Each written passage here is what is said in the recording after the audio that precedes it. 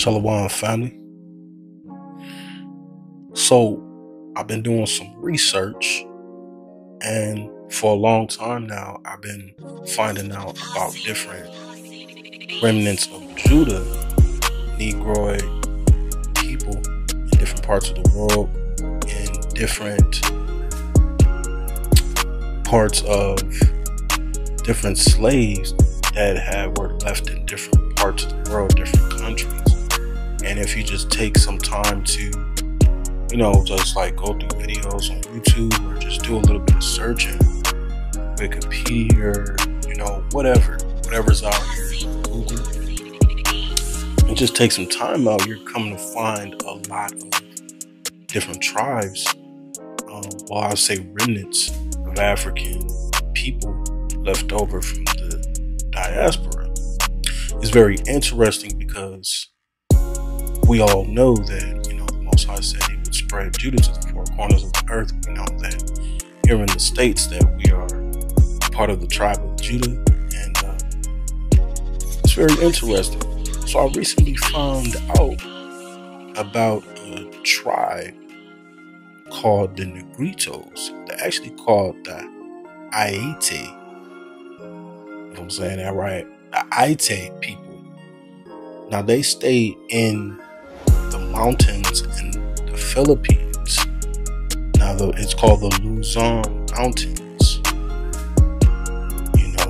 So what I want to do is I'll just be bringing forth videos every now and then, and whatever information I find, so that we can really start to pinpoint the true remnants of our family, not even just Judah, but even the other tribes, because the scriptures give us reference points as to where our other family is.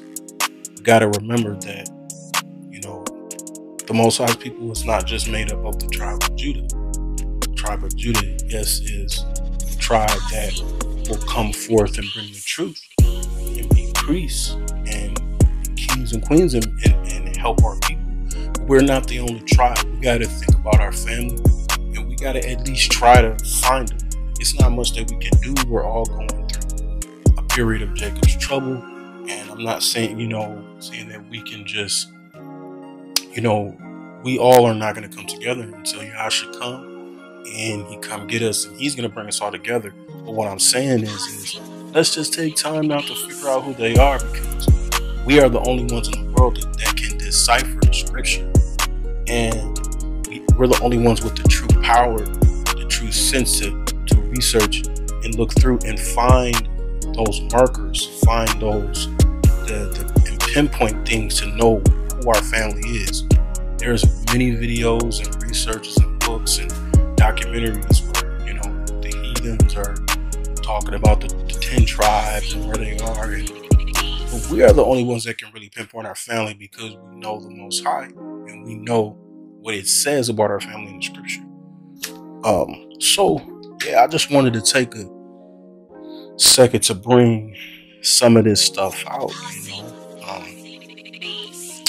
It's real interesting, but this tribe is called the Aeta people in the mountains of the Philippines, and there's a remnant of them that it's said that they have migrated to where they are some thousands of years ago.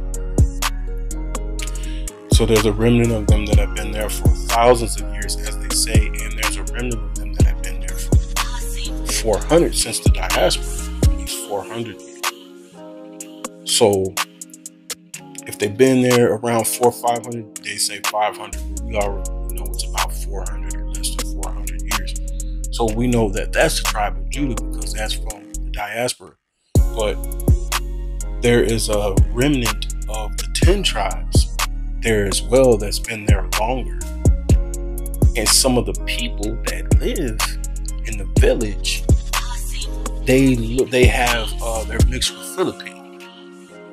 So we gotta know how to pinpoint, and the scriptures is a marker, because if we learn the scripture, we know at what point what happened and where we are in the world. The scriptures let us know that the 10 tribes, they're in Asia Minor, and in Africa.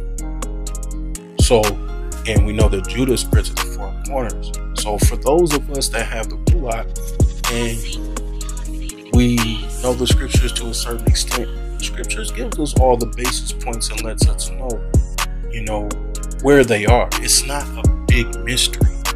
The scripture lets us know who our people are. It's there.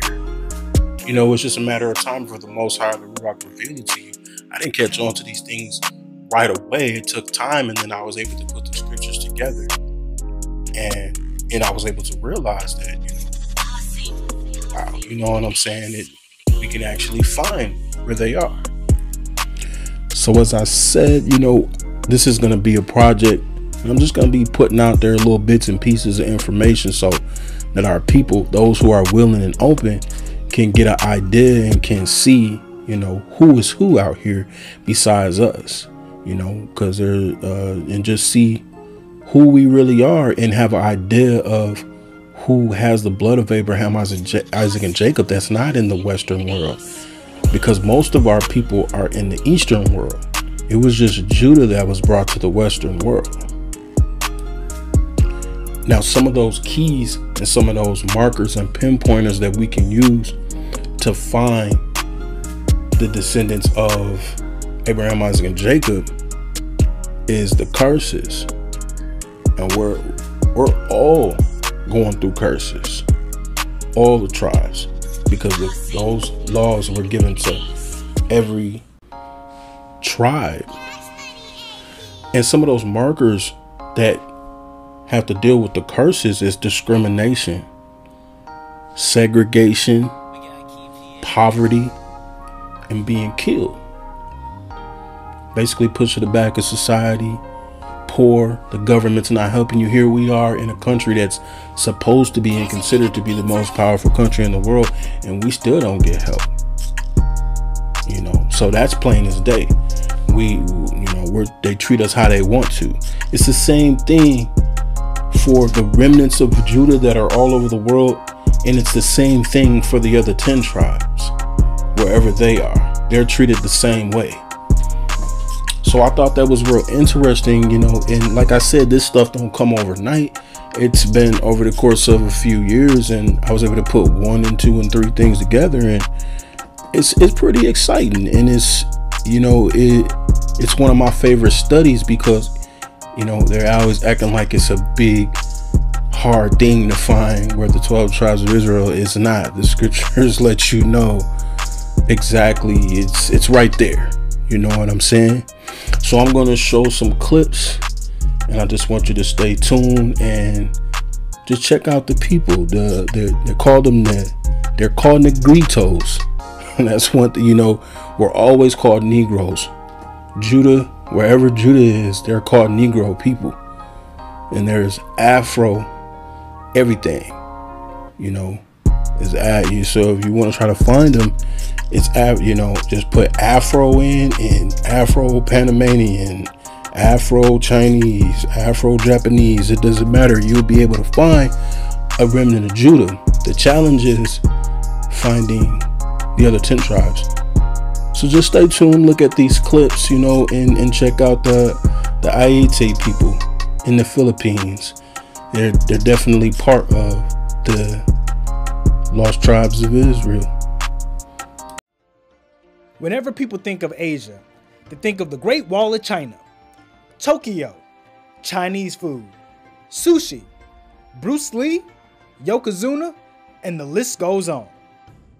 But what if I were to tell you that the first people to inhabit many parts of Asia some tens of thousands of years ago were actually a bunch of black people, and these brothers and sisters still live in many parts of Asia until this day? Alright, that's right. I'm here in the Philippines, and I'm here with the Aeta tribe. They're the first ones to migrate out of Africa and here in Asia. So when we say this Pan-African love, we really mean it. Now give me 5 on the black hand side.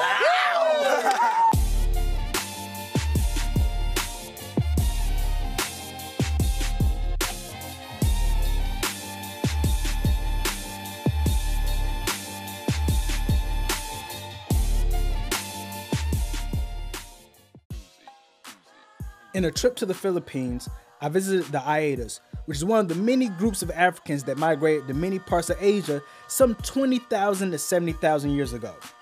Now, Aetas are one of the Negrito tribes of the Philippines. They're called Negritos, which literally translates to little Negro or little black person. Sorry if you don't mind if I told you Negro is a big one, then a taller one than a Negrito. We call that Negrito. Yes. I began my journey in Manila and drove a few hours to their village in Subic. I hired a taxi driver to take me there and to also be my cameraman. I had no way of getting in contact with these groups of people beforehand, so I had no idea if they would embrace me or not. Now, they stayed in a village off the beaten path in Subic. It takes a bit of a hike just to get there. But when I arrived, they showed a brother so much love. They even let me stay in their village for one night. And staying at their village was like being at a family reunion with all the familiar characters. You got your aunties there, you got your grandma there, you got that one cousin that you click tight with, you got your little nephews in them there, you got that one relative that looks like a celebrity from the 80s. Michael Jordan, Lionel Richie. Sing for me, just to be close to you, girl. And let's not forget that funny but crazy uncle that still thinks he's a player.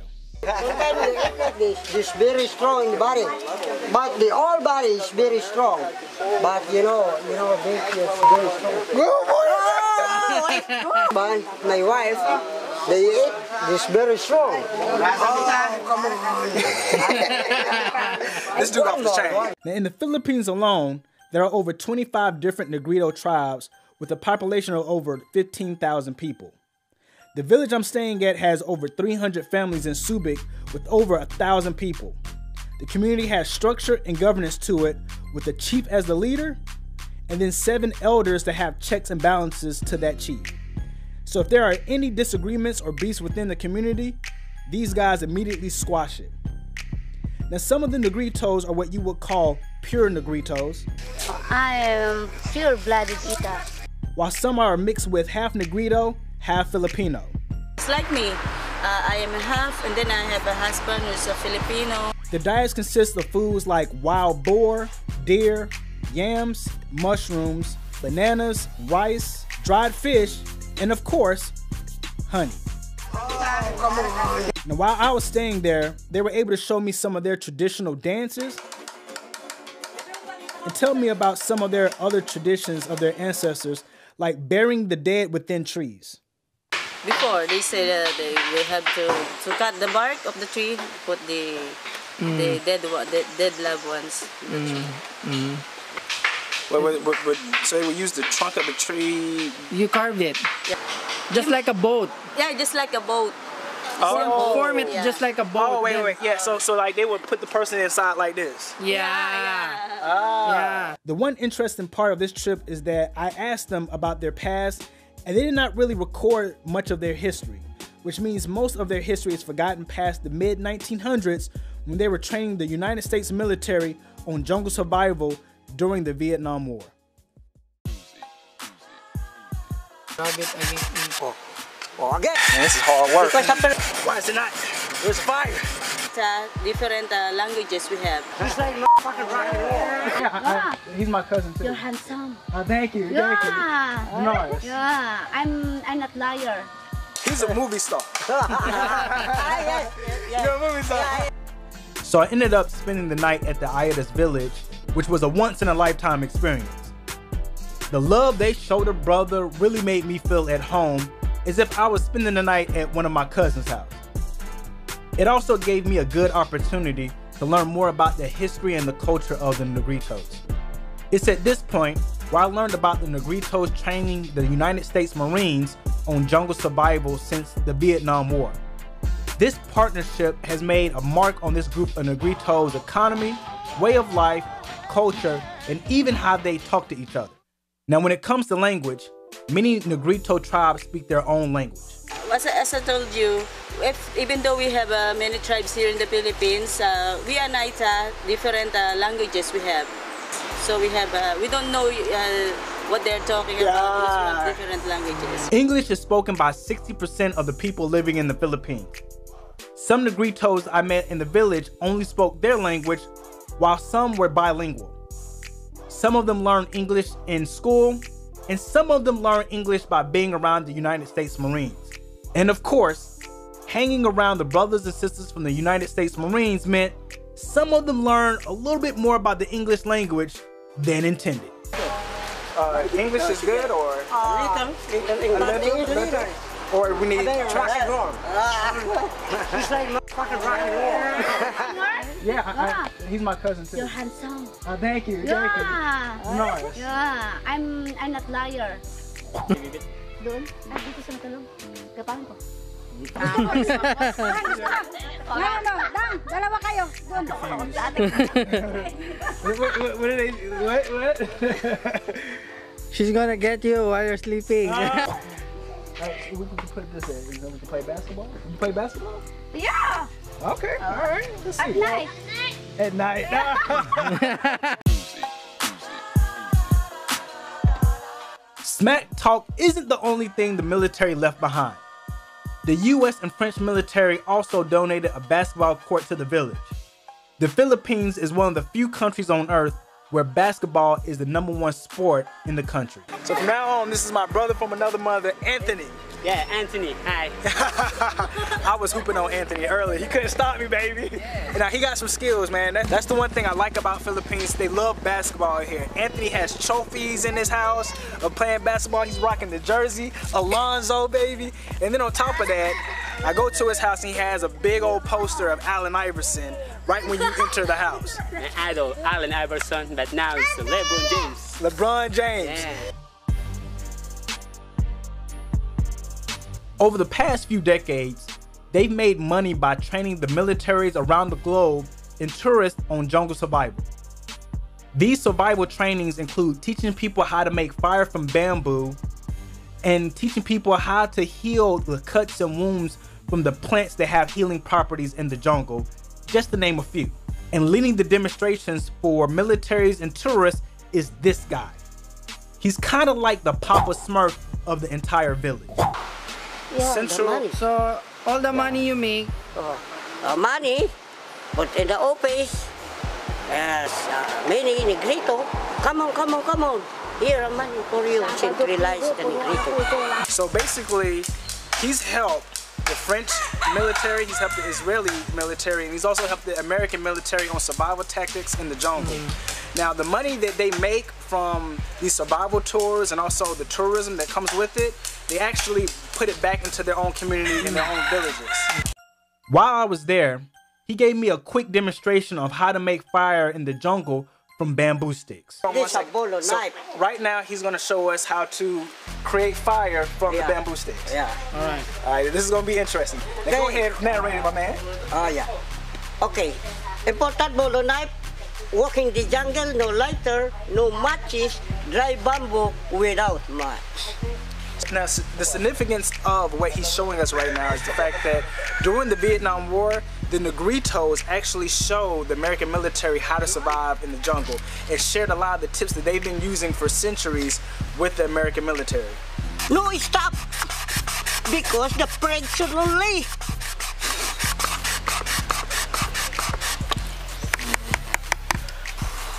And open.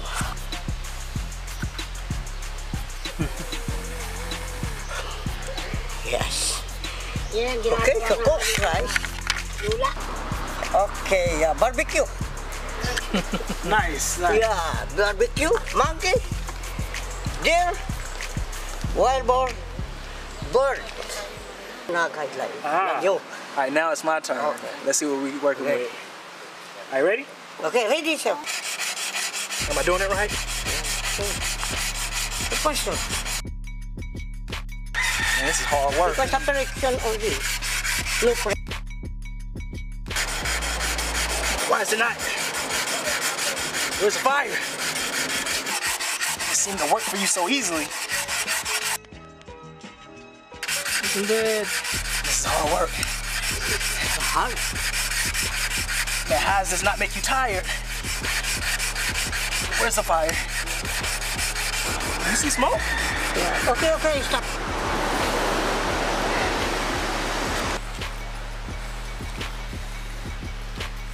And so you said that at night.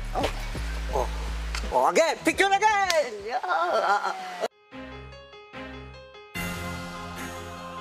What was fascinating to me about this trip is that many of the Negritos expressed to me how much love they had for African Americans because the African Americans they saw on TV gave them hope.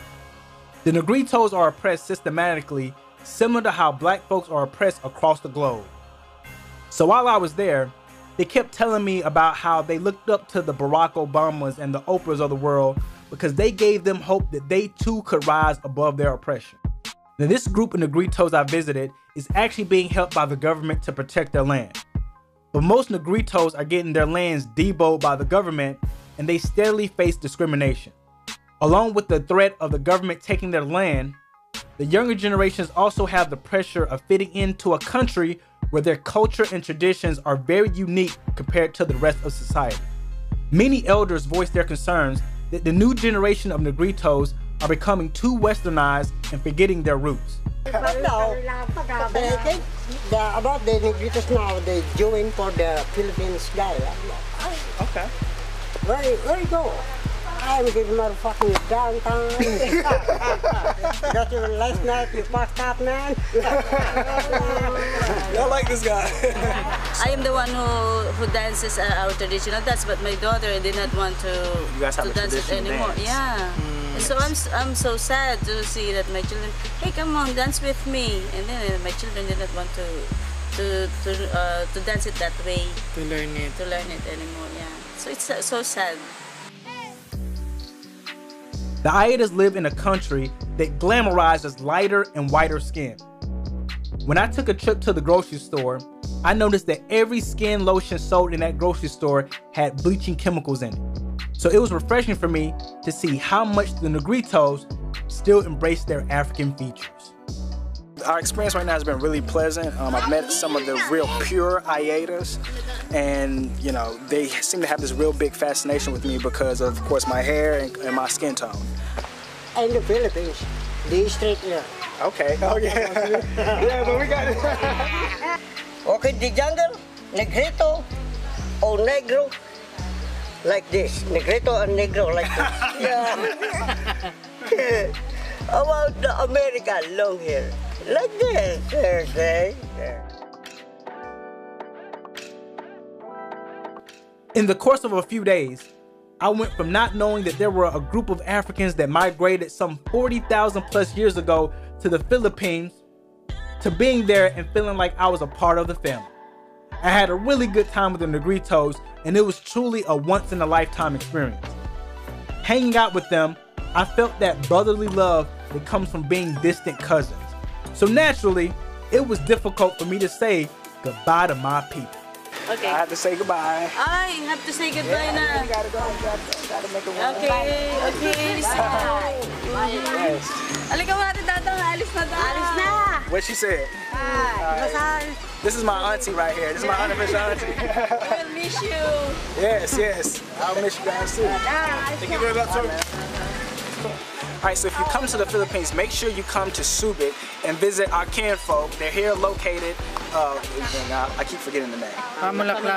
Drop by here in the Philippines, here in Subic Bay, Philippines, and it's named Pamulaklaki Forest Trail.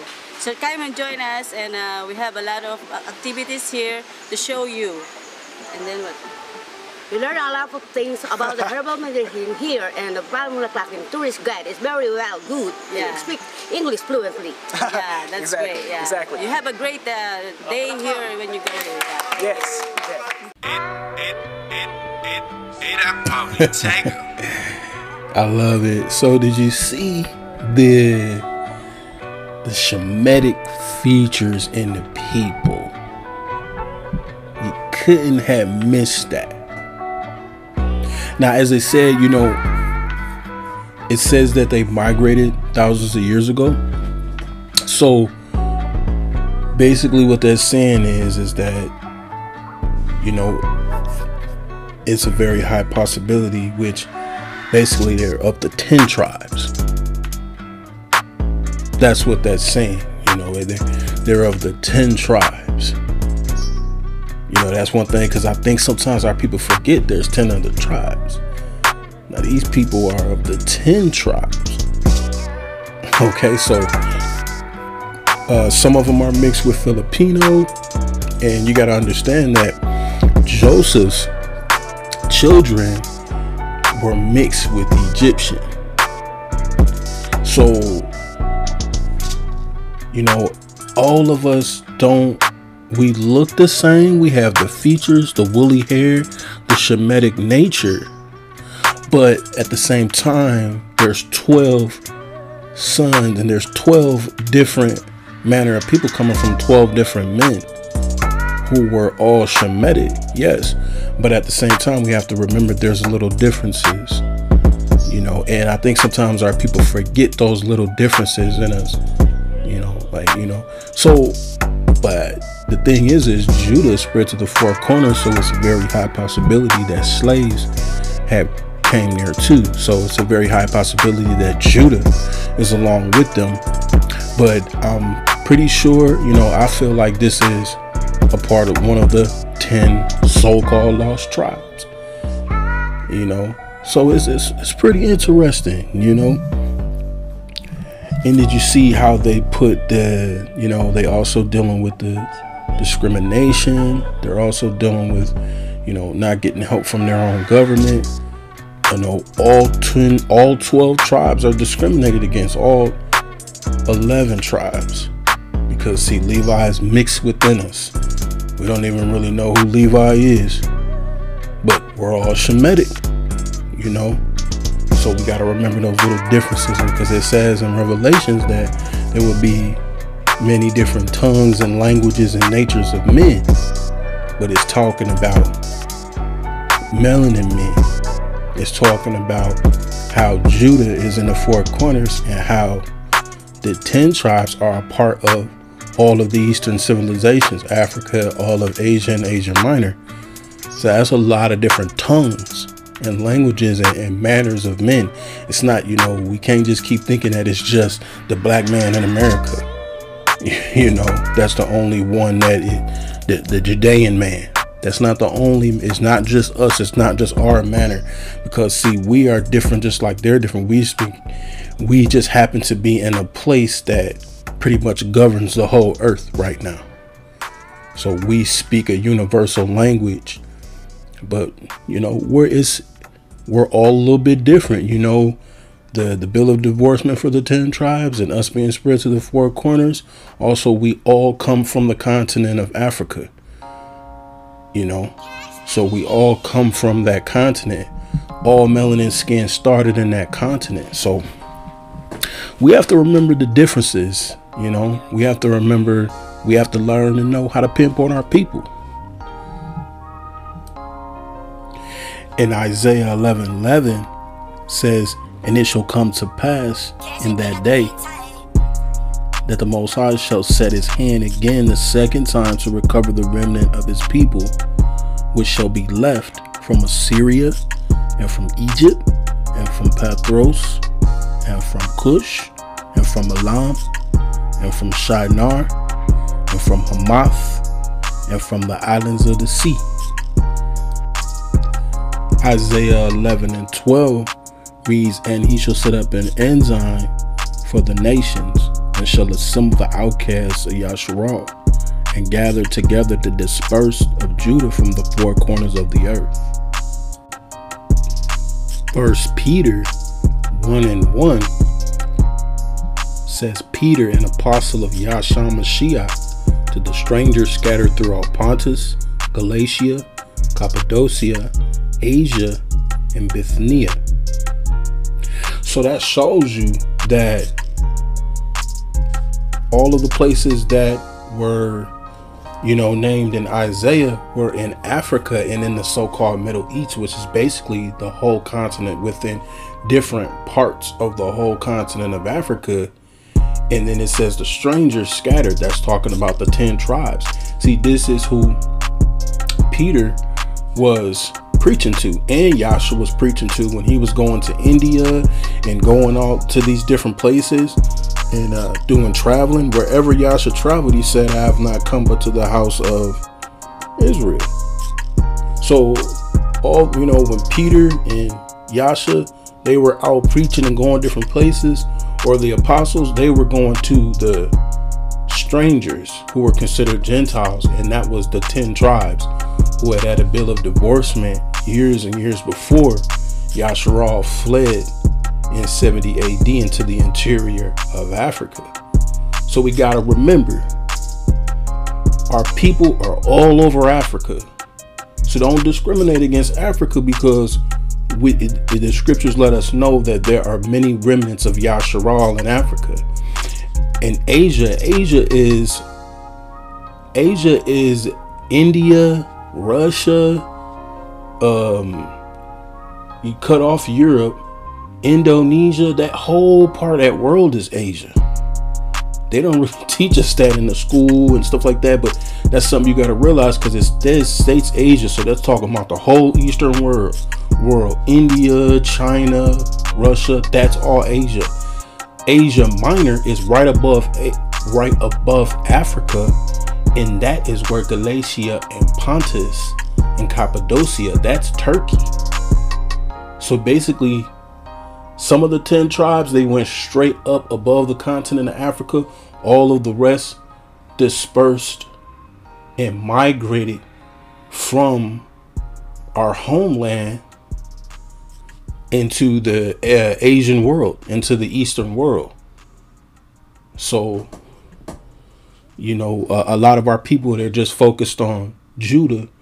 You can't love your family if you don't love all your family. Remember that we are spread to the four corners. That's Judah, and so whenever you find different places, so a lot of the places in this part of the world, you know, on the Western world, it's all Judah.